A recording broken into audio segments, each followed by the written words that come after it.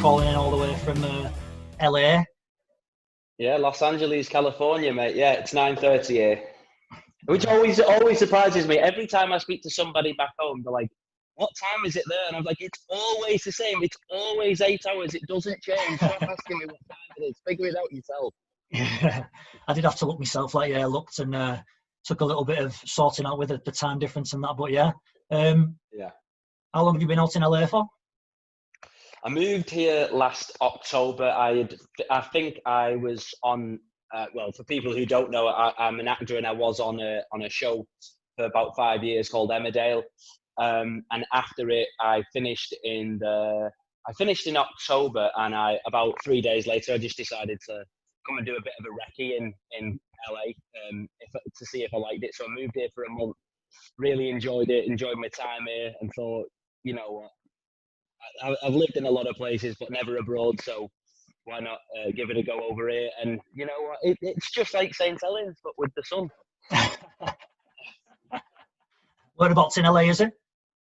I'm in downtown LA, which is it's actually it's in the center. It's like the business capital. So if you no, most people don't know about downtown LA because everybody thinks LA. They see the Hollywood Hills and whatever, but Venice where Beach. I am, Anywhere near Venice yeah, Beach? No.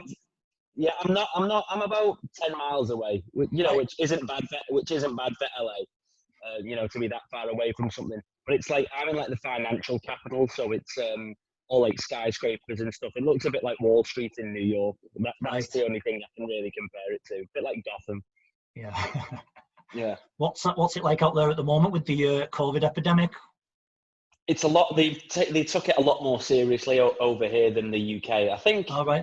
I mean, I don't want to make any sweeping generalizations. But I suppose I am American. I am actually American, by the way. I've got an English passport and an American passport. All right. My granddad was in the US Air Force and got based at Burton Wood in Warrington. So Right. he moved over here, and then that's how he met my nan and stuff. And my mum was born over here. But yeah, it's people taking it a lot more seriously over here. I think Americans in general are a bit more paranoid. So, Right. literally everybody has a mask on wherever you go. You're not allowed in a shop if you've not got a mask on, whereas I don't think that was really the case in the UK. They locked down a little bit earlier here. The roads were absolutely dead when I first got back, but you can tell it's changed now. Practically everything's gone back to normal now. I think people have had enough. The agenda in the media seems to have changed. It's not every day how many people have died. It's about when are we going to get out of this? And I think it's got to people, and people are thinking, do you know what? I'm just going to go back to work. I think it's the same in the UK. Definitely in the northwest, a lot of people are of that mindset now where they've had enough with it. They've drawn a line underneath it and they've started to go on. Obviously, the exercise guidelines were relaxed, and a few people could start going back to work, but it was all very vague. So a few people have just the general population, I think, have just thought, right, I've had enough. I'm going to go on. Well, there's only so long it can last for before people's everybody's out of work and stuff, and I can understand people's frustrations and stuff. It's just so sad for the people that have been affected, and people aren't. You see people who aren't taking it so seriously, and then with our politicians going around parading around willy-nilly, it's hard to. You've got to lead by example sometimes, haven't you? Exactly. Of course, if you're in these positions that making all the important decisions, then like you say, you've got to lead by example, haven't you? Exactly. Yeah. I know. So, are you working out there at the moment, or is there anything you could tell us about what you're up to? How do you spend your days? I mean, well, my days while the pandemic's been going on has been pretty dull, to be honest. You wake up and take the dog for a walk, and that's about the highlight, really. And then it's just trying to find things to do to stop yourself from going crazy, trying to make sure you stay on top of healthy eating, get your exercising, because it's just so easy to neglect those kind of things, and they seem so daunting. But once you do just 20 minutes of exercise, I'm just like, oh, I don't know why I was feeling so down anyway. But in terms of work, like the industry is completely shut down. There's not been any auditions, and I was actually on a job in England. I was on a the industry's changed a little bit now. Like these it was a film, but it's going on. It's going to be like they're going to try and sell it to Netflix or Amazon or Hulu, Right. but it's like a TV series. But you know, the quality on these shows now is just absolutely through the roof. The budgets on these things. Netflix is killing it, isn't it? The Netflix model. I don't know what they're doing that's quite so different, but it's killing it, isn't it? Netflix. I mean, everyone's jumping on it. It's so accessible, and you know, it goes to all around the world. It's a clever module, and like how people like Blockbuster and you know like old video shops didn't keep up with that, and like we're ahead of the curve. They've really let the ball down there. But I was on the sod's law. I moved to LA, and then I started booking jobs back in the UK. So I've been out here a year, and I had to fly back twice to work. You know, and I'm grateful for the work, because once you leave a soap opera, there's a bit of like stigmatism that you're just that one character, and like everybody knows you as that character. So I'm trying to break away from the show. We'll get into that a little bit later on, but is that something that creeps up when you've played a character for so long that you need to maybe look at doing new characters and new things? It's more that I want to do new characters and things. I trained to be an actor, and I went to drama school for it, and I'm used to being different.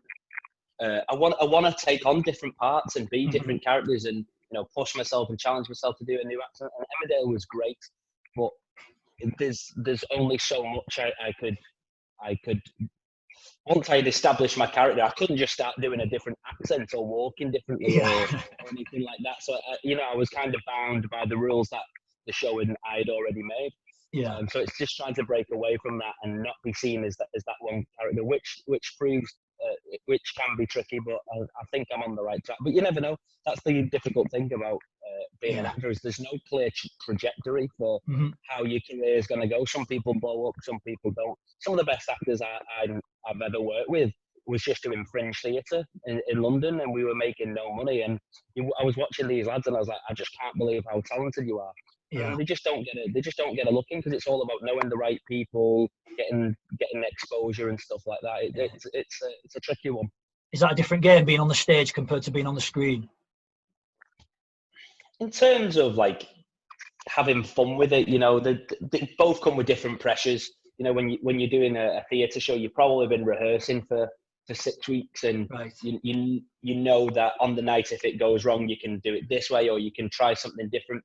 But with a film, you're pretty much expected to have all the work done by the first time you do a shoot, because there's no time for rehearsals anymore. So you've really got to do the work before you get there. Whereas in theatre, you kind of build the work together as a company. Right. So is there in theatre, is there more scope for? And I might have this completely wrong, but can you ad lib a little bit more? Is there more of your creativity allowed to come out? Yeah, you definitely get to play around with it a little bit more. But I mean, it's one of those things. People like ad lib. Some people like ad libbers, some people don't, and I quite like it, because nothing's really going to throw me. I've got to be so on the ball that nothing you could say is going to throw me. But some people like, well, I've learned the text, and if you're not saying what the writer wrote, how am I supposed to know what to come back with? And so you've got to figure out like what kind of people you're working with, and then you get idiots like me who like to throw things in to try and put other people off as well, and see if you can make them laugh, which is unprofessional of me, but it makes the hours pass by a bit quicker. Yeah, definitely. So if we go back to how it all began, because I know you grew up you was born in St Helens, wasn't you? You grew up in St Helens. When did you first think, I want to become an actor, I want to become an entertainer? I think I did I went to St Teresa's, and there was a good acting coach there called Mr. Booth, and we just put on shows. You know, every year we'd do a musical. I think the first one I ever did was a show called Godspell, and they just said, "Do you want to audition?" And I was like, "Yeah." And I just started singing, and everyone was just like, "You have a good voice," and I was like, "Do I? I wouldn't know." Yeah. And then, I suppose you get encouraged enough with people telling you that you're actually good at something, that you go, "Oh, I do want to do this."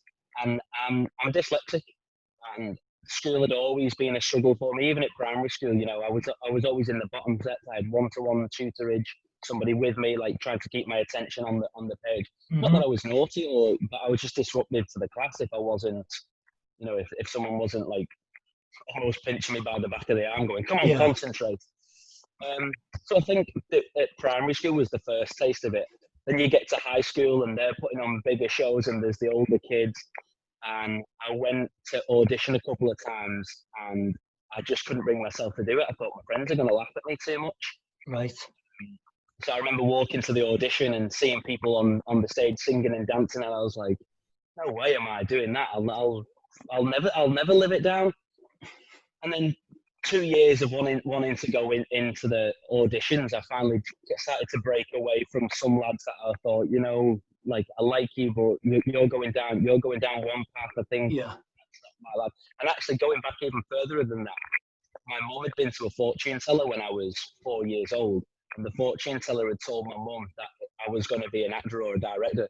So you don't know if you hear it. You don't know if hearing that from your mum, kind of like influenced you somehow. Yeah. Influences your choice. But yeah, it was just a very traditional route for an actor. High school plays, musicals, stuff like that. You tend to do musicals when you're at school more than plays. And then failed all my GCSEs. I didn't got one. I got an A star in drama and the rest. So it's like college is kind of not really an option. I'm not going to be able to do A levels. We left St Helens. My mum moved to Birmingham, and then there was this course, and they did BTECs, and BTECs are much more focused on just one specific subject. Right. And I found a great one that was doing it in drama, and I had some amazing teachers who really pushed me, and a lot of very encouraging, saying that you could actually make a go of this. All right. Started applying for drama schools, and then that's kind of where I started to take it really seriously then. Yeah. So when you was younger and you had that doubt that people might ridicule you or you might fail at it, I mean, there must be so many people who maybe want to embrace drama or art or music and have that sense of fear that they're going to get ridiculed, they're going to get bullied for it, or they're going to fail. And it's probably a barrier that stops a lot of people maybe chasing their dreams and achieving their ambitions, isn't it? Yeah, it can really get in your head, and it hindered me for a long time. And even when I was doing it, that was when it and sadly I got it the worst. I had a high pitched voice. I was doing opera, so I could sing really high. And then your friends, they're none the wiser really. They're all just got mob mentality, and I was being loads of homophobic slurs all the time because I was doing drama. Anything against the grain, isn't it? I mean, kids are kids, but anything against the grain, then it's like seen as, wow, what's this person doing? Especially when people are starting to tell you how good. Like I was starting to get told in class by other teachers that I've heard you're amazing in this show. And then your friends hear it who aren't doing so amazing because they're not being encouraged or they've not found what they're good at yet, and they don't like it. They're like, so why are you people telling you you're amazing or whatever? And so I understand it. But then my mum said to me once, I went home and I was like, yeah, my friends keep calling me whatever homophobic slur it was, and because there's loads of girls in the play. My mum was like, so you're hanging around with all the girls and being called gay, and your friends are hanging around with all the boys and they're not gay. And I was like, doesn't really. And when she said that, I was like, yeah, I hang around with all the girls, don't I? Yeah, that's sweet. Yeah. Yeah, I mean, especially like growing up in a small town in the northwest, there is going to be this pressure to conform on young people and not go and chase something that they're interested in doing. So I know when we was at school, anybody who was sort of interested in drama or music had the same treatment. And yeah, it's a bit of tragic how many young adults that might have stopped becoming successful and chasing something that they potentially could be really good at. It's a shame because St Helens obviously thrives on rugby, and with rugby, becomes you've got to be big, you've got to be muscly, you've got to be tough, and that's so popular. It's just a shame that there's not more outlet, because every one of my friends who used to say something to me at school would call me drama boy, drama queen, whatever. When I've seen them later on and I've been doing all right, everyone's completely changed their tune and been like, we're so proud of you for what you've done, or you're killing it at the minute. Yeah. And it's just they didn't know any better, and they would have had fun had they gone and done it. But it's often about finding the right teacher. I had a great teacher in De La Salle who just really encouraged me, and It just makes all the difference to a kid's mentality if you've got someone who really believes in you. Definitely. I think it's changed a little bit now as well, that with all social media and Instagram, and there's different influences now, isn't there? It's like back when sort of we're similar age. I'm a little bit older, but we won't go into that. So when we was at school, there was no social media or very little social media. So I think we only just had email when we was at school, and all you had was your teachers, your sports coaches, and your parents. Whereas now, obviously, with social media, there's a lot more influential people knocking about, isn't there, you can use as role models? Yeah, there's so many more things on TV that people identify with. It's a tricky one to know why people don't. I don't know why people don't go into it, and I was lucky that I hate the word luck, like, because I just don't believe that many people are lucky. I think, it's often brought on by, jumping on an opportunity and being prepared and stuff exactly. like that. That's what they say, isn't it? Opportunity and preparedness. Exactly. But how can you ever, there's no, how did I know what I wanted to go into? Because I knew when I was 11, 12 that I wanted to be an actor. I just had the jump on so many more people who were still, people go into their 30s and they're like, I just don't know what I want to do with my life. Yeah. So I feel like I've got 20 years of experience on other people. Mm-hmm. Even when I got to drama school, there were people who were in my year who was like, oh, I've never really done a play before. And I was like, I've been in hundreds of plays already. So that's the only time I ever used the word lucky, is that knowing what I wanted to do from a very young age. Right. Yeah. So when you was at drama school, do you immediately start to concentrate on one discipline, or did you do music, dance, drama, singing? Was there all sorts of things? I mean, my drama school was very specific towards just straight acting. It's kind of like a method acting school. It wants you to be in character and feel all these emotions all the time. And I'm not really Daniel Day-Lewis kind of stuff, very Marlon Brando, Daniel Day-Lewis. Right. Proper living the character. You speak in that accent for the next 6 months if that's what you're doing. Yeah. But the industry doesn't really work like that. So I went to drama school where it was mainly improvisation, and then you work with the text and stuff. But then when I got into the real world, you say to somebody when you're on a film set, it's like, do you want to go and improvise this scene? And they're just like, we haven't got fucking time for this, mate. We've got to get it shot now. So kind of set, even though my drama school experience was amazing and I met my best friends and stuff, it did set me up for a fall, because the industry just doesn't work like that anymore. It's too about getting things done immediately. There's no time to go and rehearse for weeks and weeks and weeks. That costs a studio thousands. You've really got to be able to just turn it on. So the old cliches of... Yeah. Sorry, go on, Mike. Sorry. No, I'm just saying, you've really got to do the work before you get to the set. Whereas Coronation Street, when it first started, they were doing 2 shows a week, and they were rehearsing the other days. When I got to Emmerdale, it was we're doing 13 scenes a day, and you get one read through before we go. Okay, we're going to put the cameras on it now. Right. You've got to have done the work in your own time. There's no time for messing around, really. It's a rapid fire industry. I was going to say, it's not like the old cliche of actors where before the scene starts, the actor's got to go away and find the motivation and get into character, and then come back 20 minutes later. You've got to be able to. I mean, you could do that, but still, that's going to be on the studio's clock. You've got to really be feeling those things before you get there. But some people work differently. I'm one of those people. I can be laughing around, joking, and then scene, and I just go into it. Some people need to walk around, listening to music. Yeah. I mean, don't get me wrong. There's been times when it's been like, oh, I know they want me to cry in this scene, and I'm just not I'm just not a natural crier. So I'm listening to Radiohead and Coldplay and listening to and thinking about all the bad things that have ever happened to me. Yeah. I suppose it's like anything, like a sporting arena as well. When people are ready to go out for the game and perform, they need that time to prepare. I suppose it's a similar thing, isn't it? You need that time to get into character, to prepare your mindset, ready to put on this performance.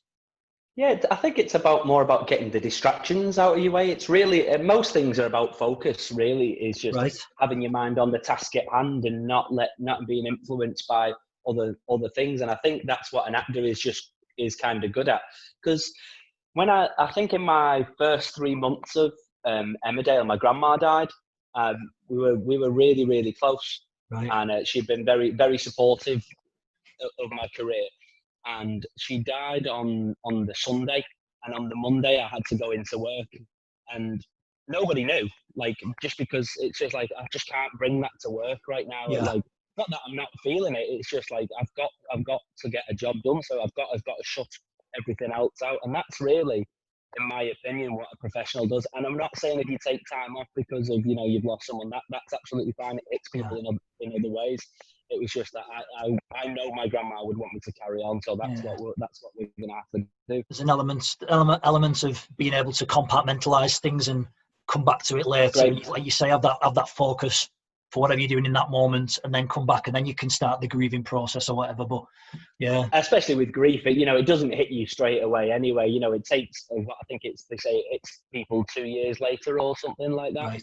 Yeah. And, but yeah, I think that's just what you have to. For me, that's what being an actor is. It's about being able to turn it on and focus at the task at hand. And then once the yell, I don't want to work. I mean, I do want to work with Daniel Day-Lewis. Don't get me wrong. And all if he ever comes back into acting, because he is retired, if it ever came back, I would jump on it.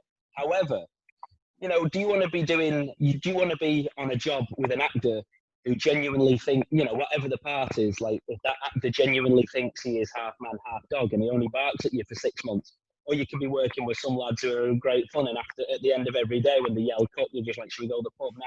But that guy wants, I don't want to work with that guy. I want to work with the guys who are fun, and you've got to be around people a lot. You've got to, you don't want to create an awkward atmosphere on the sets or anything. Yeah, of course. Do you think that focus that you've just spoke about then translates into other things that you do in your life as well? Absolutely not. No, I've got not. No. I've got my attention span. I'm like a deaf Jack Russell. Just right. Like sometimes there's just no calling me back. Once my attention's gone, it's absolutely gone. And I write as well. And I think in the pandemic, which has been 3 months now, I've done about 15 pages just because I write something and then I go, what's that? Is that, just play some Xbox for it or whatever. You get distracted and you go like, it's really only acting that and even with acting, there's times when, I can be learning a line and there's something on in the background and I'm, I've got eyes on that and that's when the lines don't go in, and that's when you start panicking because, the audition's coming up tomorrow and you've not given it all the time. And once you start panicking about it, then you're never really in it. Like, so. Yeah, but back to your question, my attention span is pretty poor. It's only really acting that captivates me, which was why school was such a problem for me. Yeah, and it made me obnoxious at school because I was like, my maths teachers would be like, you've got to concentrate, and I'd be like, who ever wants to use maths? Maths is so boring. But 2-3 years later, I'm in debt with the tax man because I've not done all my sums up properly. Yeah. That's another thing as well, like in the school days, like some of the teachers, I mean, you said you was fortunate and you had a really good teacher in drama and that, but some teachers, I think as well, more back in the day, but they think that kids have to be academic and they have to be good at these maths and English and geography and all that, whereas maybe they don't necessarily push kids towards the more creative arts.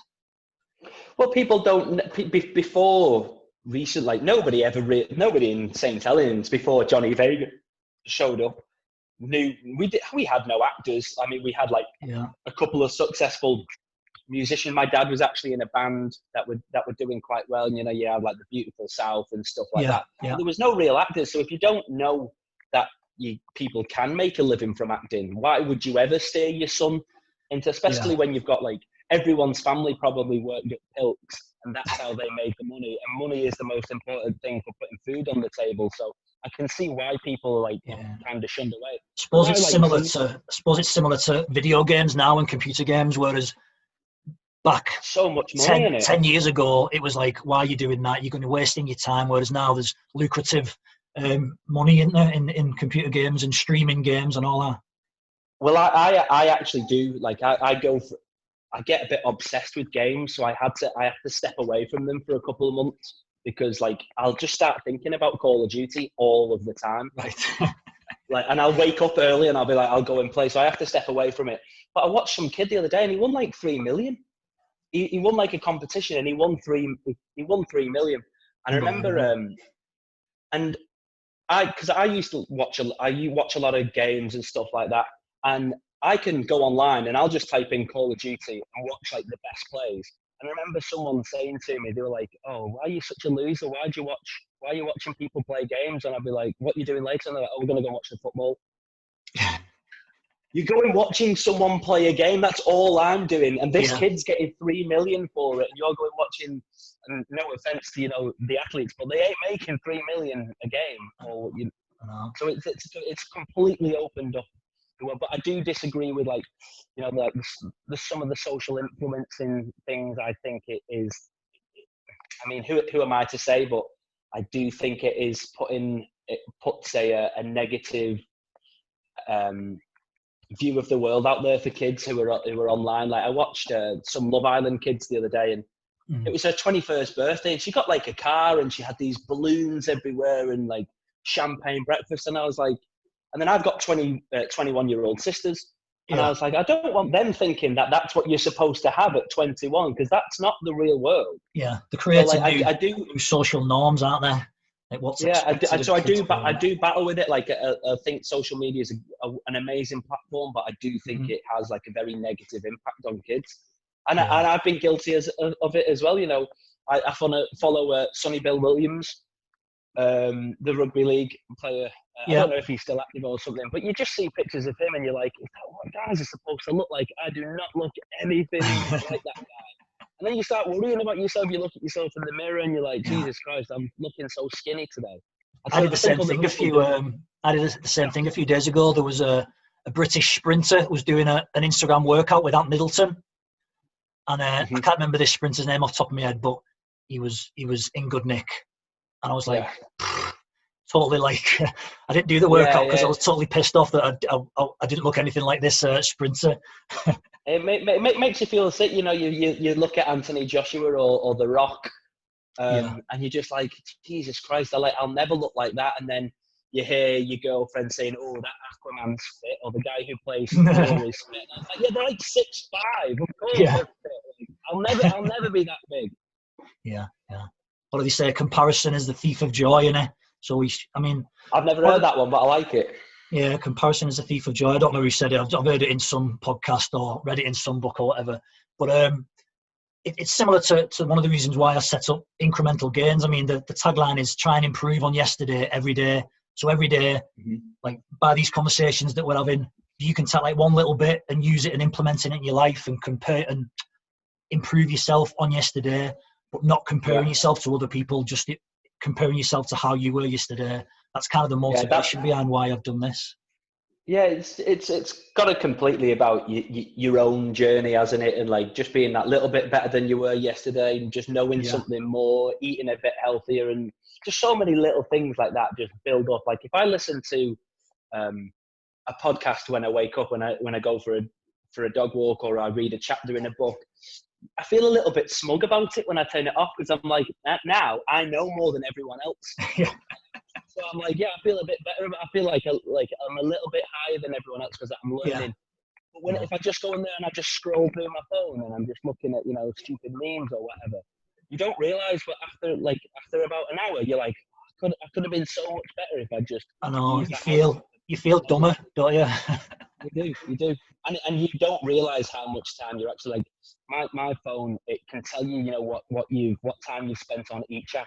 Yeah. And I think there was one week, I'd spent like 13 hours in a week on Instagram, and I was like, wow, this has to go. So once a month, I'll just delete the apps and try and do a month on and a month off.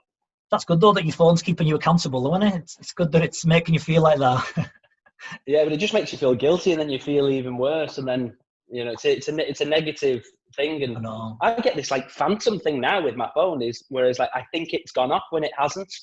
Like, so it's like, I've got it in my hand all the time, especially when I had a podcast or social media or Twitter, and it's just every reason to be on your phone. It takes a real challenge to lock it away and step away from it, but you feel so much better when you do. Yeah, I know. I must admit, it's been difficult because when I've been promoting these podcasts and stuff, that I'm always on there trying to put it out on Facebook and post on Instagram. But I am conscious of how much I do use my phone. It's something I'm trying to change, but again, it's hard. It's addictive, isn't it? That's what it's for. it induces all these chemicals, these addictive chemicals in your bodies that you want your phone there all the time, don't you? Well, it's been a bit of an issue with me and my girlfriend at times, because when I wake up, it's obviously everybody's 8 hours ahead. So if I wake up at 12, everyone's having, like, not that I ever do that, but if I was to wake up late, everybody's eating the dinner, and then 2 hours after that, everyone's going to bed. And because I don't know that many people in LA, like, there's a lot of time when I just don't speak to anyone for a couple of days. Yeah. So I like to get up and have a look at my phone, and my girlfriend will be like, "You're always on your phone." I'm like, "Yeah, but I'm trying to keep in touch with people." And she's like, "I can see that you're on Instagram." And you're like, "Yeah, you're right.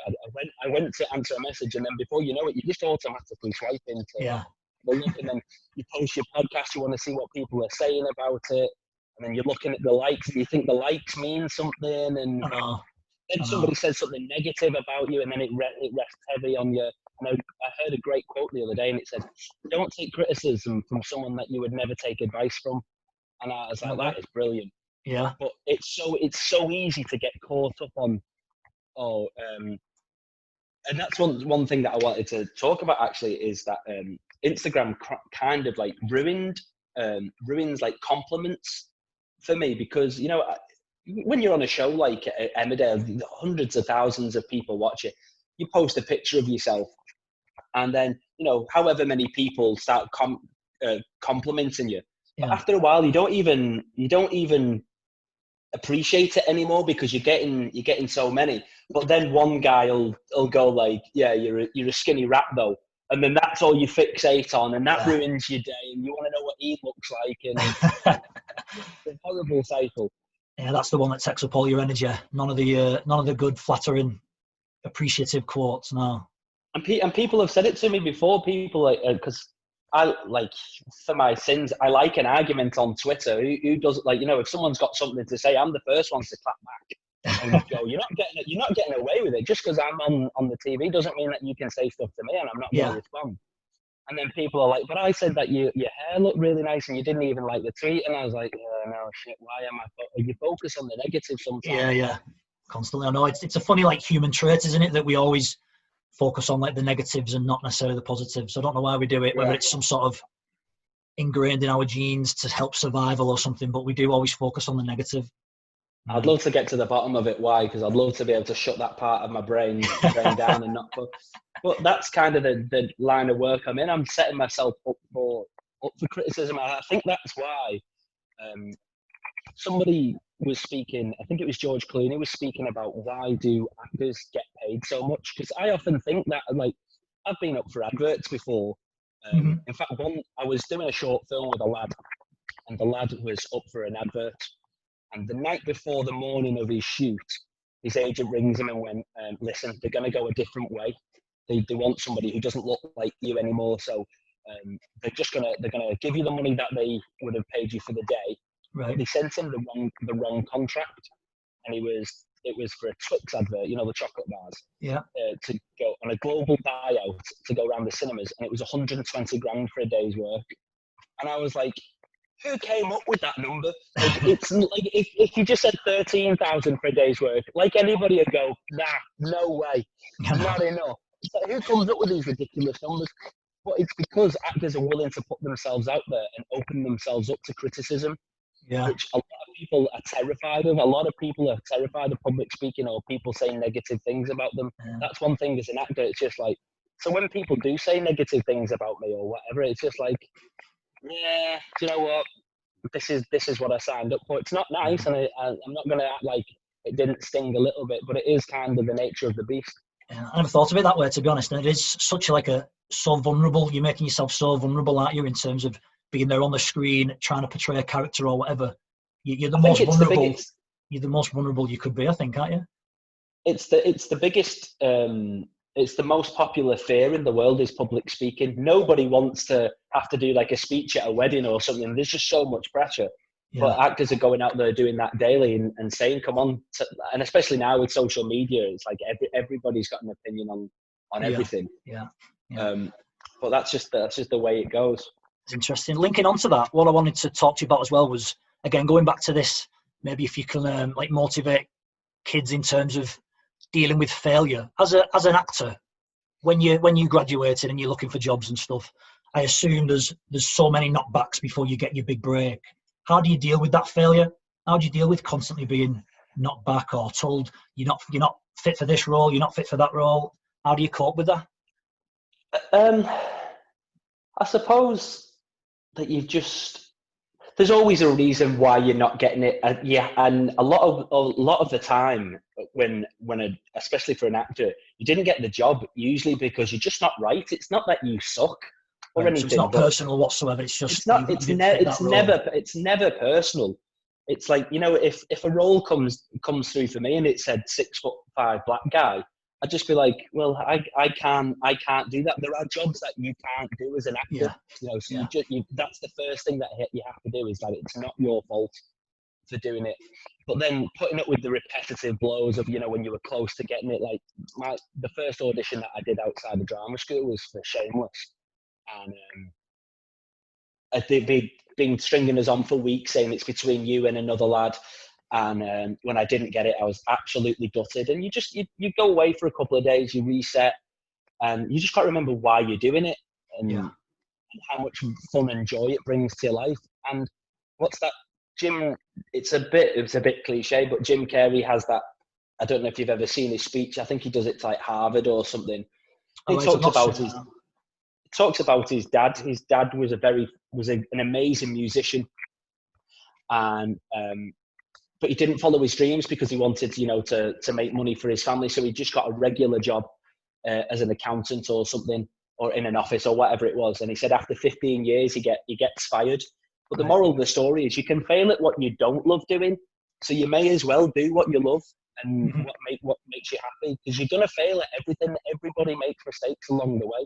Yeah. It's just not taking it personally. And if you stop after making them, just because you made a few mistakes, you're never going to get it done. So, like, what's worse, never getting it done or failing a few times and then eventually cracking it? Like, I know which one I'd rather do.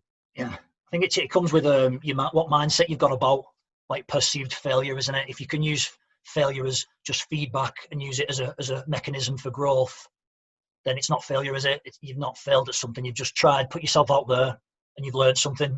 So then you go and apply it to something else. People overestimate what they can. People underestimate how long a year is. Like, people think that a year is a long time to be doing something, and it's completely not. You need to be giving yourself 20 years to achieve dreams, and knowing that there will be knockbacks along the way. But if you're short-sighted and you're thinking, well, I want to have this done by this time, and if it's not done by then, I'm going to stop doing it. You'll just never get it done. You've got to go in there knowing that, well, I'm doing this until I get it done. That's the best way of looking at it. Like, it's like I'm just not stopping. Yeah. So when did your big break come? Was it Hollyoaks or was it Emmerdale? What was considered your sort of? How long was you in Hollyoaks for? I only did an episode on Hollyoaks. It was a funny story, really, because I was meant to be doing 5 episodes, and something went wrong on the show, and they decided not to bring a character back. But we'd filmed my stuff, so it kind of didn't make sense. My character just walks in and says, like, "Oh, I'm going to be sticking around for a bit," and then you never saw the character again. Oh, right. So that was a knock in itself, because I'd been told I was doing 5 episodes, had planned for 5 episodes worth of money in my head, and then got knocked down to 1. I don't really know what a big break is. I suppose Emmerdale was my first consistent major role where I had a steady income and I was getting some kind of exposure. But I wasn't really in it for the exposure. I was in it to do just to be able to act and not have to do anything else on the side. That's all I ever really wanted. I never wanted to be famous, because famous was something that you saw on magazines and on films, but now fame has got a completely different meaning with social media. Yeah. So I wasn't doing it to be famous, and I didn't know that, and this is something that I often battle with myself. I don't know if I would have got into it had I known mobile phones were going to be around, where people could just stick them in your face and be constantly, asking you for. Yeah. Because I don't think that's what fame is, really. I'd say I was recognizable. People recognize me. Nobody knows my real name, really, unless you're from St. Helens, where you've seen me in the papers or whatever. Sorry, mate, I went off on a tangent there. What were we No, it's talking all right. No, it's fine. Would you say there's a kind of pressure then to always be on your game in terms of with the mobiles knocking about and people constantly filming you? Do you feel any pressure having to be on your game all the time and maybe not being something that could be negative in the press or on social media? well, the press is a weird one. You like, they can print stories about you even if they've got nothing on you anyway. I mean, so I try and keep a low profile anyway, and because there's just nothing worse than your family seeing you on the page of a newspaper or whatever. But in terms of like being on, I always want to be my best version anyway. There's just nothing worse than like, I don't even like being hungover anymore because I just feel like I'm just wasting my time, like feeling sorry for myself. So, I'm not like much of a boozer anymore. And it's kind of what you said before. Sorry, mate. It's kind of what you said before about spending like the first hour of the day on Instagram. It's kind of a similar thing. If you're hungover, you've just wasted half a day or a full day in some circumstances that it's not productive. 3 days for me now, mate. 3 days of miserableness. Yeah, we were meant to be, me and my mates were meant to be going to Benidorm a couple of weekends ago for a stag do, but it's obviously been cancelled. Yeah. And like, one of the swings and the roundabouts was of this whole thing. I was like, at least I don't have to deal with that bloody hangover that I was going to be feeling on the way back from Benidorm. Yeah, that's a week-long hangover, that, isn't it? I know. But being that, I don't feel like I've got to be on the best. I just want to be on the best. There's just nothing worse than like somebody meeting you for the first time and you not being able to give them all your attention, or being, you can't be bothered with it. And was it Joe DiMaggio? Do you know who Joe DiMaggio is? He was a famous like baseball player. Yeah. I think he was married to Marilyn Monroe. He was like the best of his era. He was like the Michael Jordan. And somebody says to him, he's like playing into his like he was like 45 or some unheard of age back then. Yeah. And like his teammates were saying to him, why are you playing so hard? Like, you don't need to. You've already done everything that you can achieve. And he said, because somewhere out there is a kid watching who's never seen Joe DiMaggio play, and I don't want to let him down from what he's heard. So that's a great way to look at life, is that I just don't want to let anybody down and go like, I mean, people will say it anyway. So, there's a battle of it. You can meet people and be nice as pie, and then they'll just to spite you, they'll be like, oh yeah, he's a knobhead really. And it's like, it's not a knobhead to you. I was so polite and kind. Yeah. I don't know if you caught the Michael Jordan documentary recently. Have you been watching that? I'm on episode 3. Yeah, The Last Dance. I love it. Yeah. Brilliant, isn't it? There's certain bits of that were similar to your Joe DiMaggio story, where people were turning up to watch Michael Jordan play in suits because it was a performance, and he would play regardless because people were paying their money. It might have been the first time they came to see Michael Jordan, so he was playing regardless of whether he was ill, whether he was injured. He just wanted to play because he understood the importance of someone might be seeing him for the first time. Having a competitive edge mentality, I think, is a huge key to striving in success. Having somebody that you want to do better than. You don't have to want them. Like, I want to be better than everybody else, but I want everybody else to be amazing. Yeah. I don't want them to be doing awful, so just so I look good. I want them to be doing amazing, so I have to be doing even better. That's an attitude that I try and carry around with me. I get no joy from seeing anybody struggling. Mm-hmm. So I want everybody to be doing well. I think, and it's easy for me to think like that though, because I've had some kind of success where I can understand someone's mentality. Like, you get it all the time in a small town, don't you? They don't want you to be doing well because they're not doing well. It's not really about what you're doing in life. It's how what they see you doing makes them feel about themselves. It's like the crabs in the bucket, isn't it? The crab's trying to get out of the bucket, they'll pull you back down. But it pulled you exactly. Yeah. And it's a funny mentality. And weirdly enough, St. Helens is actually the only place where I've ever really had it as well. Nice. I think no one that I know, but it's the only place that I've been started on. Really, for people not liking me being there, or thinking I'm something better, or you left, you think you're better than us. It's like, that's not the case, mate. So like, I love St. Helens. It just wasn't providing me the opportunities that I needed. And that people who are commenting like that, it's oftentimes a reflection on themselves, isn't it? Maybe they're in a shit circumstances, or their life is not turning out the way they thought it would be. so they're projecting that on you, aren't they? And that's often what the case. Yeah. And it's a sad attitude to have. But then again, I've got friends who haven't done well, but they still wish you to do. They still want you to be doing well. It's just that I don't know if it comes from nature or nurture why people have that kind of attitude. But I was very lucky. I had my parents were supportive. My grandparents were very, very supportive of me. Everyone believed in me. So it's easy for me to say, "Oh, just be positive all the time." Because I heard something that said that your inner monologue, so how you speak to yourself, is how your mum spoke to you as a child. All right. Mum was quite calm. She's very logical. Doesn't flip out. Like something bad can happen, and my mum will be like, I'm going to stop, analyze this, see what the real problem is, and I'm a bit like that as well. So, so it's easy for me to say, "Oh, just be positive all the time." But I've had a supportive, upbringing. Yeah, I know it's not easy if you've not got them support networks around you, and people can throw comments, say, "Oh, stay positive, be positive," but it's a choice. We have a choice, don't we? It's our mindset. We can choose to be negative and down in the dumps. That's all we've got control of, really, is our thoughts and our behaviour. So we can choose to be positive in the next moment. Yeah. Yeah. It's tricky, isn't it? Because you can't get in somebody else's brain. Because, there's lads I went to school with who I would have swore were going to go on to do great things. And then you see on social media that they're having a bit of a rough time. And you want to say to them, like, "Oh, come on, mate, you can pull yourself out of this." But if they're not talking to themselves like that, then they'll it doesn't matter what I say, really. But exactly, I know. So what was some of the more you spent? Was it 6 years on Emmerdale? Is that how long you was on Emmerdale for? I think it was 5.5 to 6 years, because I got introduced to the show quite slowly over 6 months before we just went like gun ho. Oh, I'm in the show now. I think they were giving me an episode. Like the producer at the time, Kato, she had the idea for this character. It was based on someone that she knew. But I also think there was an element of, because they do the research on you, like they're not just they're giving you that job and then they're going through your social media. So they said to me, I was going in for my 7th audition from London to Leeds.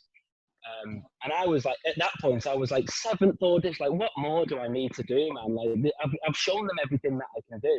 Could you talk a little bit about that process for us, Mike? Sorry. What is what would 7 auditions entail? Well, going back earlier than that, I had a great agent, and I won't mention anyone's names or anything. I had a great agent in London, big agency. Got like Cillian Murphy from Peaky Blinders. Right. You've got Hugh Jackman, they've got big people. And I was seen as this bit of a young, like I was like 22 when I signed with them, and it was going great. I booked a couple of dramas, Casualty, Hollyoaks, Doctors, things like that. So I was starting to build, and then something happened in the agency, and a lot of agents left, and the agent was like, "You're not taking my client." But I don't have the time to give it. Like, an actor needs quite a lot of time. She needs to be on the phone calling casting directors. Have you seen this guy? I need you to meet it. But if you've got Hugh Jackman, who's doing Wolverine and X-Men and this, she's not got time to be working on somebody like me. So I got dropped. Right.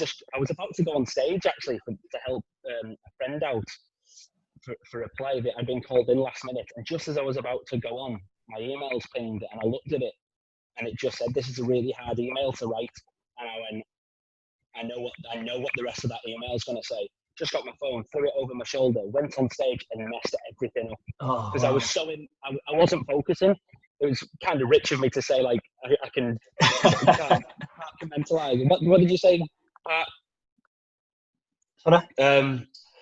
No, well, whatever. I was saying I can focus on this and that. I couldn't. So I was on stage and I was compartmentalised. That's it. And I just couldn't. Messed everything up because I was just thinking, I've just been dropped. I'm an actor now in London with no representation. The worst position really you can be in for an actor. And I was gutted, and I got out of a long-term relationship, and I had some like really down times. So I was like, I think I'm gonna have to give up here. I think I'm gonna have to move back home. I'm never gonna be able to afford to stay in London. And then I got angry. And, a lot of people often say to me, I think my default emotion to get through things is to get angry with it. Right. And people are like, you don't have to be like that. But I channel it in a way where it's useful to me. I'm angry, but I get to work. I'll go to work, and I wrote that I was at my typewriter. How old am I? My keyboard on my computer. And I just wrote to every agent in London, and I was like, and I was even getting rude with it. Yeah. I am the best actor in London. See me. Just doing anything I can, to make people go like, well, let's have a look at this guy. Yeah. One agency got back to me. Right. And I mean that's lucky. Most people go for years and years. I got replies within 2 weeks.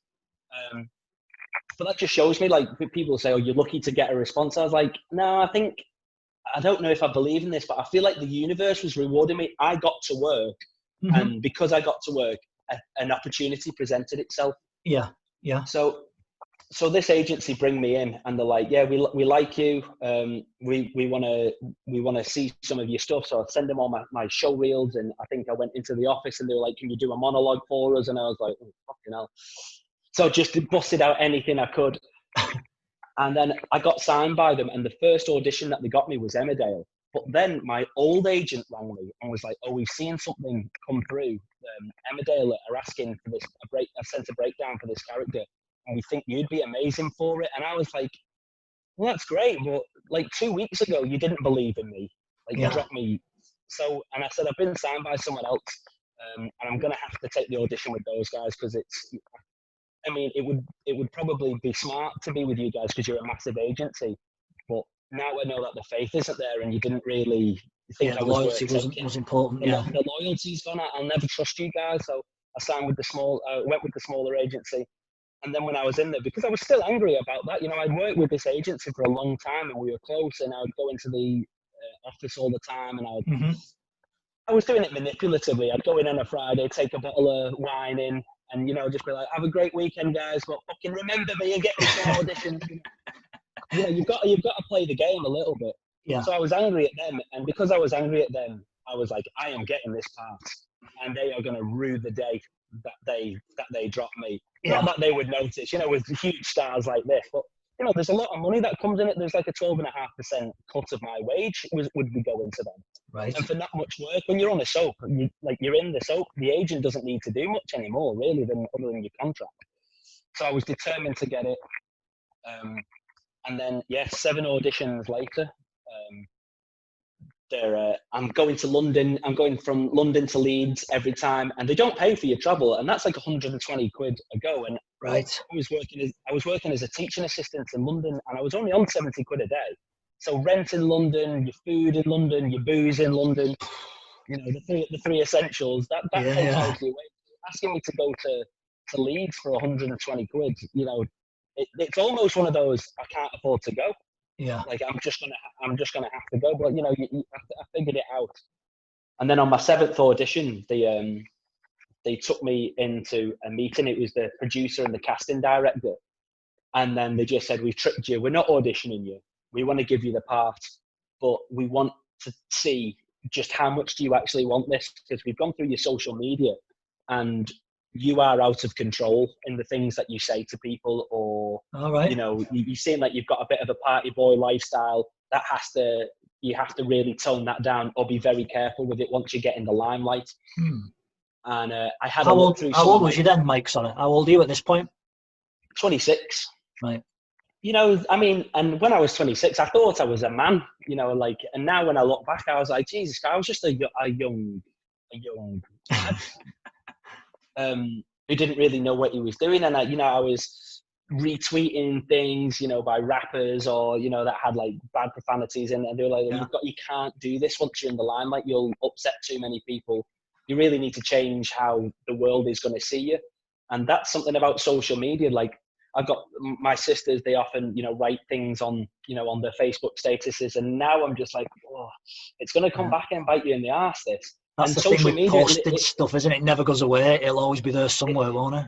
It leaves a footprint of your life, and it shows, it kind of reveals. I don't believe in cancel culture. Something you said 20 years ago that was acceptable at the time. It shouldn't be held against you now, but I can, like, even, on my Facebook memories, like a status from 2008 will come up and I'll be like, you were an absolute idiot, mate. Why were you posting stuff like this? But people will be held accountable, won't they, for stuff that they said 10, 20 years ago? Yeah, and it's not great. But back to the Emmerdale thing. So I was determined to get it, and once I got it, my life absolutely changed. I moved to Leeds, so I was out of London. My living expenses went down because rent's obviously cheaper up north. Yeah. My wage went up, and I never made that kind of money before. And it's not an amazing amount of money, I think, for the exposure that comes with it. It's still a great wage. It's still an amazing, but it's more about it's consistent, which is unheard of for an actor. Yeah. Even like some of my most successful friends, they might be in like 2 huge dramas a month, but that's the only 2 times they got paid that year. And if they did 4 jobs the year before, they're going to get taxed on the 4 jobs, but they've got to take it out of these two jobs. Yeah. So it can snowball, and before you know it, you're calling the bank and you're like, I need a 25 grand loan to just pay the tax off, and then you're back into a system. But with the Emmerdale thing, it was a long process of being called up, and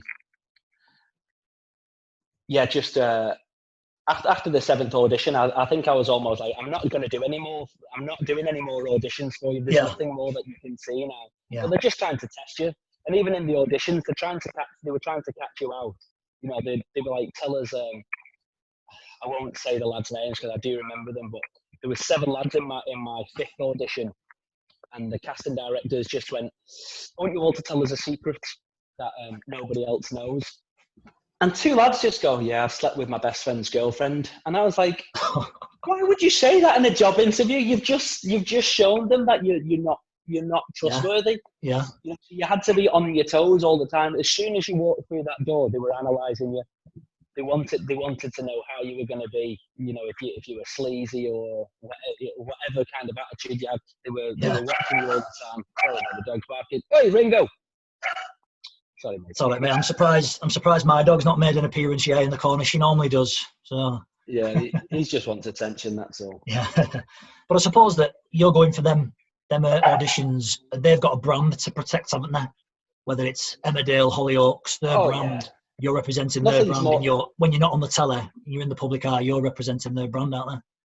Just like with football, no player is bigger than the club. If a player does something bad, they have to cull you. Like, they can't bring the reputation of the show down. So I completely understand it, and it's great that they do that, because you don't want to be ill-equipped going into something like that, like of a relative amount of fame and money, because money just can corrupt people just as quickly as fame can. You give a 21-year-old like that amount of money, they're gonna blow it. They're gonna get themselves in all sorts of trouble. So they need to know that you're with it to make sure that you stay afloat.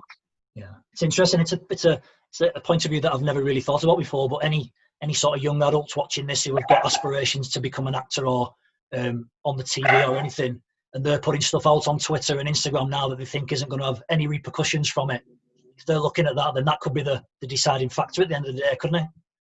Well, like Kevin Hart, when he got cancelled for the Oscars, it was like a joke he had been making 12 years ago that had like a homophobic slur in it, or I don't know, but it all comes back to bite you in the backside. So you really have to watch those kind of things. And it happened with me at Emmerdale.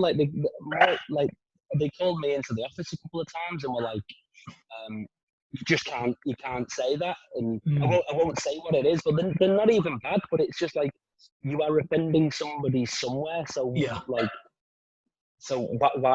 bother? Yeah. So how did Emmerdale start to wind up? Did you decide you wanted to leave, or did your character run its course and then you thought, I want to do something else? I'd always, when I got the job, I was like, it's 4 years. Ringo, sorry mate. Be quiet, please, buddy. Someone's hoovering. We live in apartments, and someone's hoovering outside, and he just drives him absolutely mad every day we go through. But yeah, it was. I said I was going to do 4 years, and then on my 4th year, when I was like, I think this is it, they were like, we'd like you to do a big storyline, and I was like, I don't know if it's going to do me any damaged to stay here or if it's going to, but we decided to go for it because it had never been done. I said, I'd stay if you can get me a job that's never been done before. Right. And then they found me a storyline, and it was the acid storyline where Ross, my character, had acid thrown in his face. And because I'm going to have to go and talk to this dog. Sort of 1 second, mate. All right. But yeah, it's where were we? Sorry, about Emmerdale. Emmerdale, about the acid, and they offered you the job. Yeah, so it was a funny story actually, because Emmerdale and Coronation Street, they work quite closely with each other, being and there's the two soaps have one main boss. Each show has a producer, and then there's like a guy above them. And one of the shows, they were looking to do this 2 storylines, and one was going to go to either soap, and it was the David Platt rape storyline from Coronation Street, which they asked me to do. And I was like, it's a great storyline, but it's been done on TV before. I would really like to do a storyline that's never, like male rape, it's not been done often, but it was done on Hollyoaks by Gary Lucy's character. Right. And I was like, I want to do something that's never been done. And my producer, Ian, was like, well, we want to do an acid storyline. And that was quite a relevant topic. You know, it was happening quite a lot in London, in gang culture and stuff like that. So I was like, let's go for that storyline. That was going to be the exit storyline all along. And it was a lot of work. You know, I think when you sign up for soaps, you sign a guaranteed amount of episodes. You know, that you'll definitely do this many episodes a year to make, so you know how much you're going to make. Mm-hmm. You'll very often go over. And this contract that I signed was double the amount of episodes that anybody had ever done. All right. So I was like, I knew that it was going to be a lot of work, and I think I was in like 4 of every 5 episodes for a year. So like it was 7 a.m., 7:30 p.m.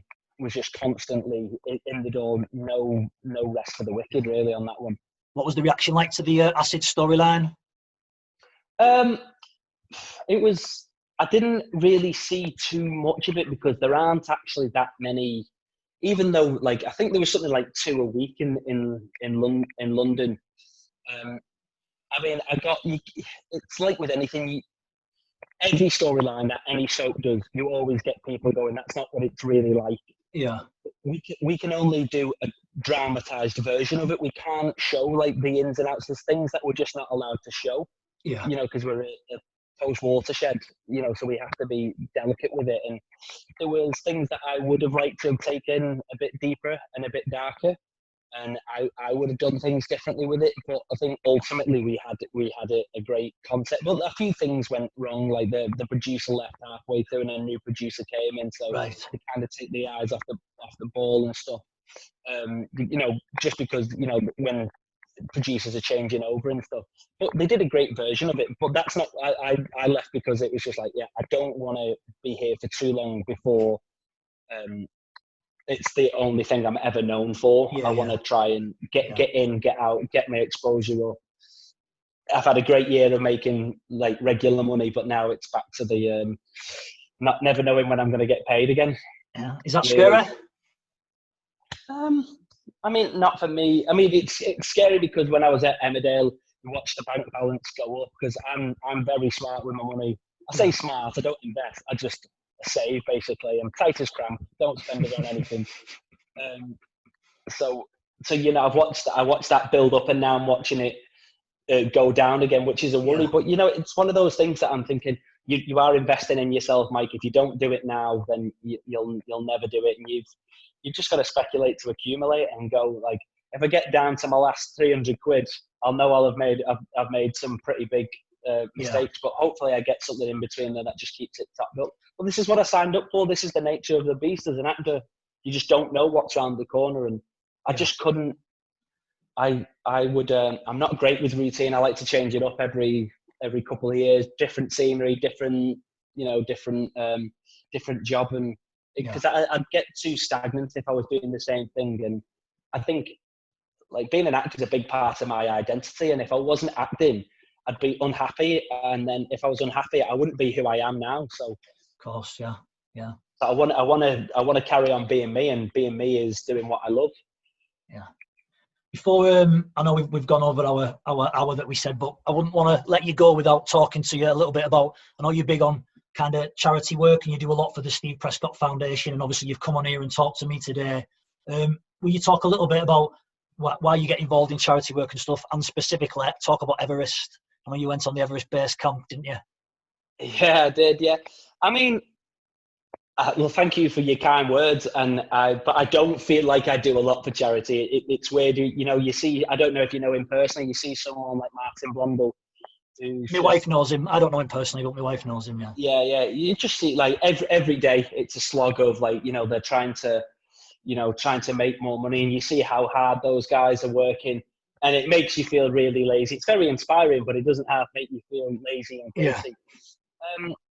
But the reason I got involved with them is because I was at the Pride of St. Helens Awards. I'd been invited. I think I was on my first year of the show, and obviously there's not many people on TV in St. Helens, so I got invited to that.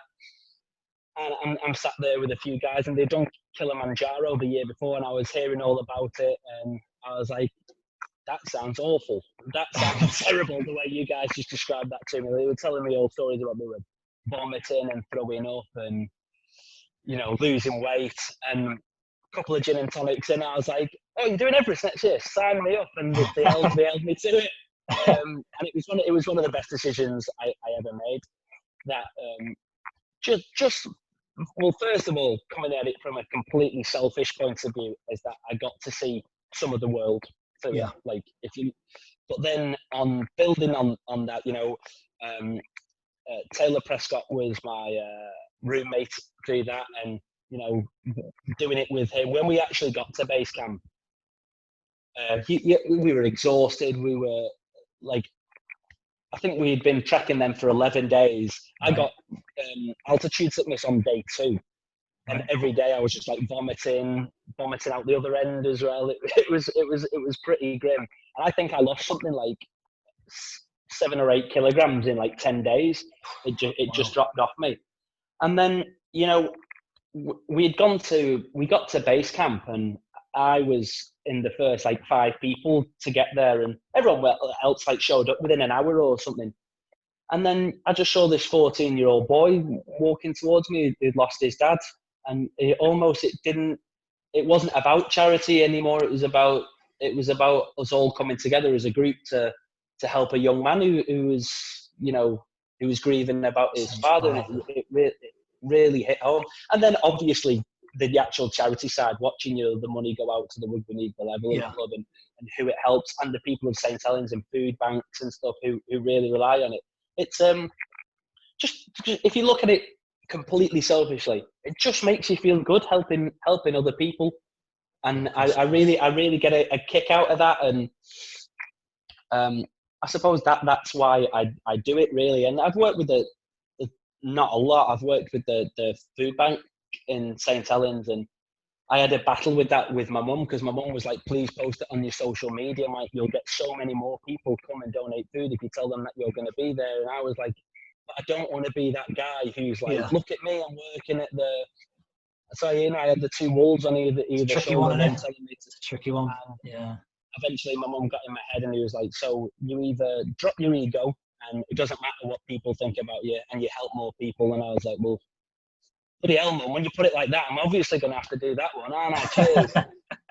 And then you just go down there, and you feel so blessed when you see what other people are going through, and you just want to help out. It's such a funny concept to me, that why you wouldn't, if you could help people, why you wouldn't.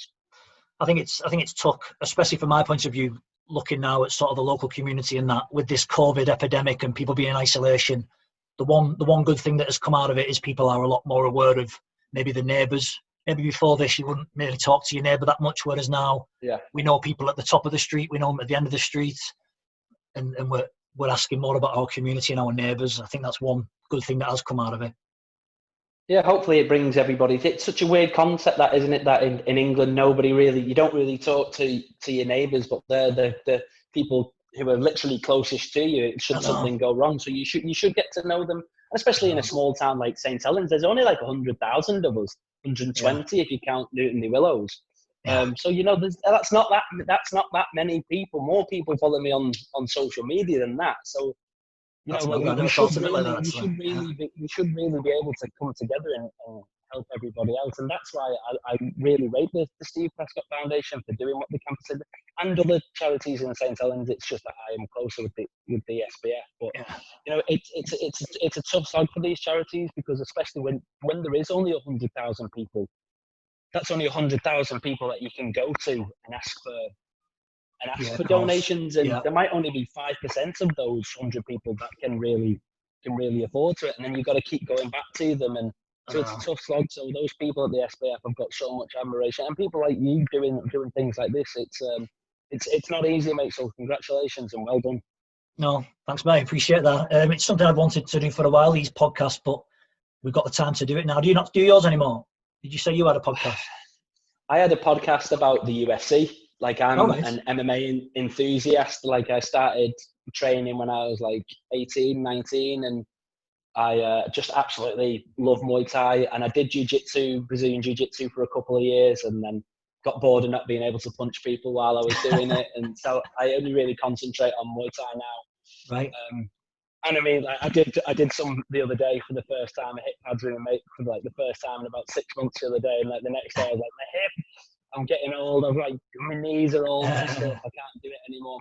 But the podcast was amazing. It was something to throw our time and energy into. But I did it with another actor, and we just felt like we were overexposing ourselves. Right. Because we were going live on the podcasts, and we were saying things to be funny, and then it was like, oh, is this going to come back and bite us in the backside later on? It gets completely taken out of context. It only takes one slip of the tongue these days to absolutely ruin your career. And I've seen it happen to other lads.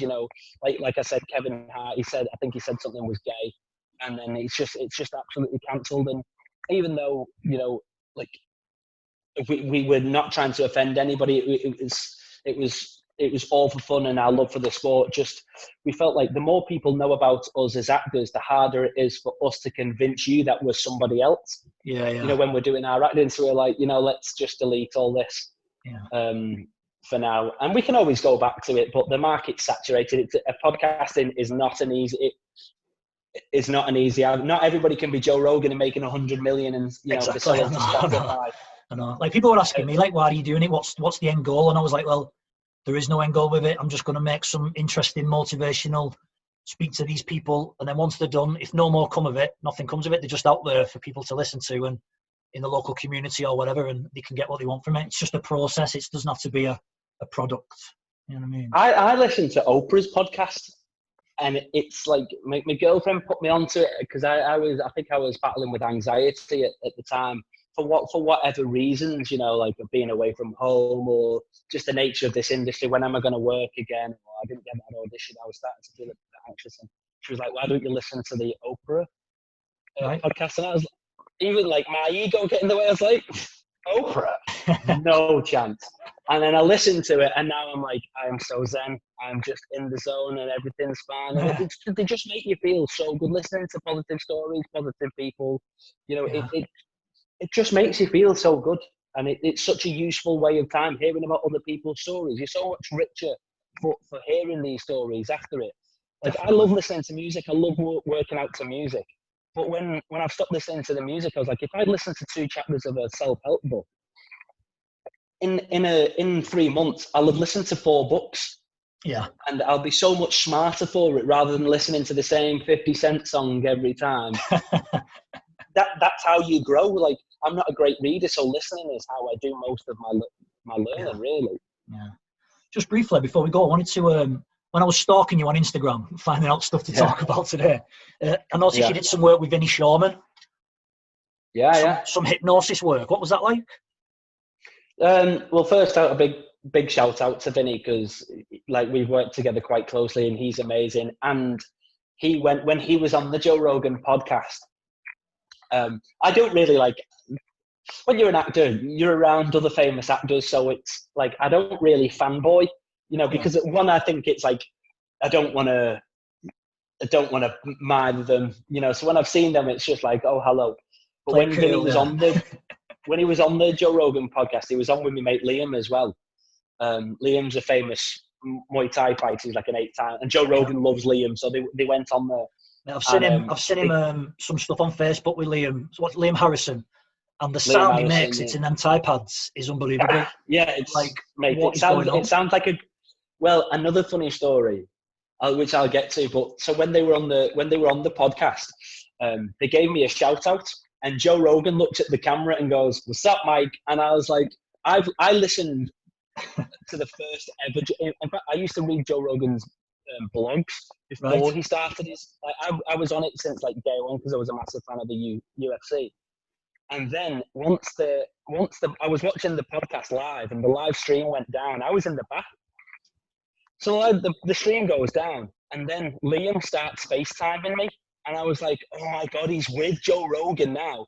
So I answered the phone, and it was Joe Rogan, and I was on the phone to Joe Rogan while I was naked in the back. And I completely gushed. I was like, "Joe Rogan, you changed my life. I'm so much smarter for watching your podcast. I love you, man." And he was just like, "Well, who's this naked guy talking to me on the phone?"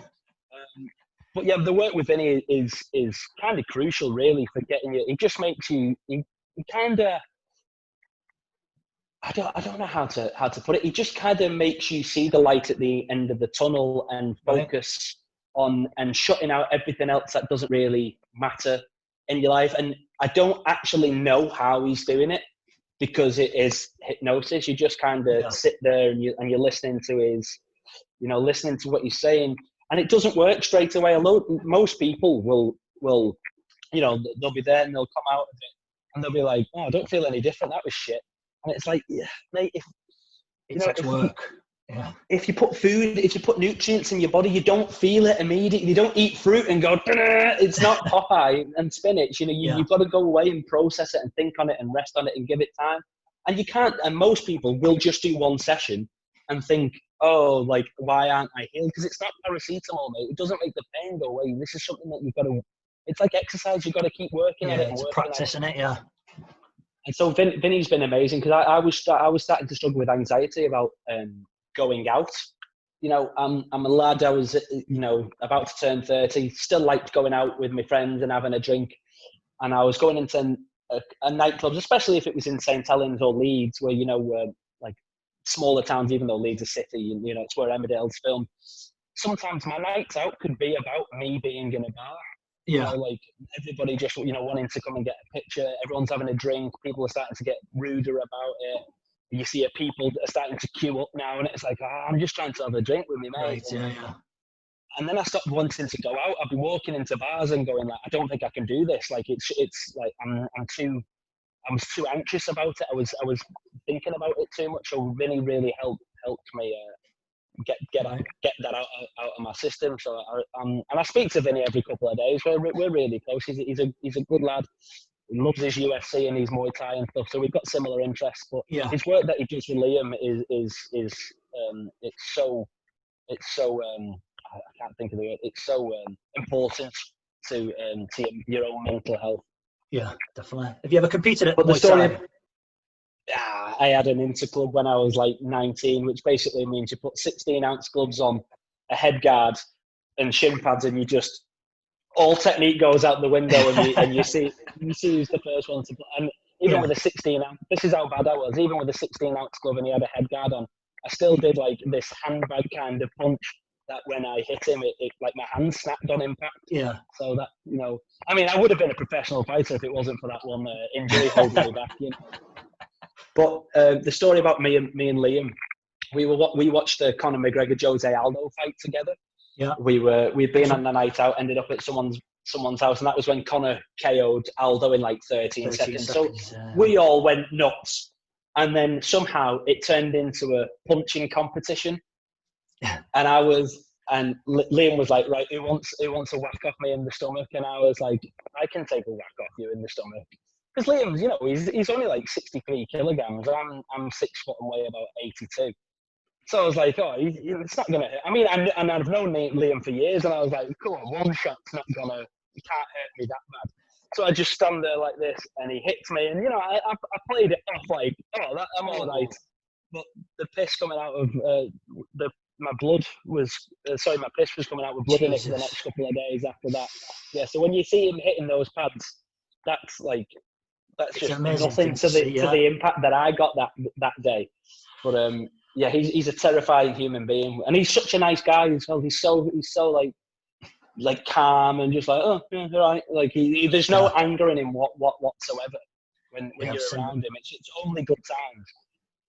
Since like I said, some of the feed comes up on Facebook every now and again, and he's doing a demo of some sort of technique or whatever, and the sound he creates on them pads and it's unbelievable. It's I mean, like if you go through his comments now, you'll see like The Rock and stuff, or the people commenting on. I don't know if I'm using him as an example, but you see like these world famous people just loving his absolute dedication and commitment to the sport and how much he gives. It's that one, he's got 1 minute on this video to show, but it's not just that 1 minute that he's doing like 7 or 8 rounds of that. And like I've had pads for him and Jordan, and it was Jordan. It was one of his sparring partners, and he's a 5-time world champion himself, just in a different way. Right. And I was holding pads for him, and I held the pads like this. And the first kick that he gave me, he hit the pads, and then I just had to keep saying to him, like, just circle around the ring, because I was genuinely thinking he's just snapped both of my forearms. Like that's how much those guys kick. So I can't imagine like those fighters that are actually on the receiving end of his beatdowns. I was watching a clip again that came up on Facebook with Liam, and I didn't appreciate, like, I'm into MMA and UFC, and I like Brazilian Jiu-Jitsu and stuff, but I didn't appreciate the grappling element in Thai boxing when you stood up. Clinching, yeah. Clinch work, yeah. It's unbelievable. I didn't realise there was so much involved. It's another skill in itself, that takes years and years of dedication. That's why I prefer it over. I mean, who doesn't love like the glory days of watching the big heavyweights bash each other up? But like Thai boxing is just so much more technical. Anything that's got more rules to it is going to be the more technical sport. Yeah. But it's a completely, and you clinching with Liam. You can't stay on your feet for more than 5 seconds before he's picking you back up off the ground. Like it's a frustrating process, but yeah, there's a lot of work that goes into it. Yeah, it taught me something that I was like, unbelievable. I didn't realise there was that much work involved in the clinch in Muay Thai, but yeah, fascinating. Yeah. Well, listen, Mike, thanks very much for spending your morning talking to us, and hopefully we'll have a few people listening to this when I post it on YouTube. Again, I appreciate your time. Thanks very much. No, my pleasure, mate. I really appreciate it. Thank you. Cheers, Mike. Keep up the good work, mate. All right, cheers. See you soon. Good luck out in LA. Thank you very much, mate. I appreciate it. Cheers. Have a good day. Take care, mate.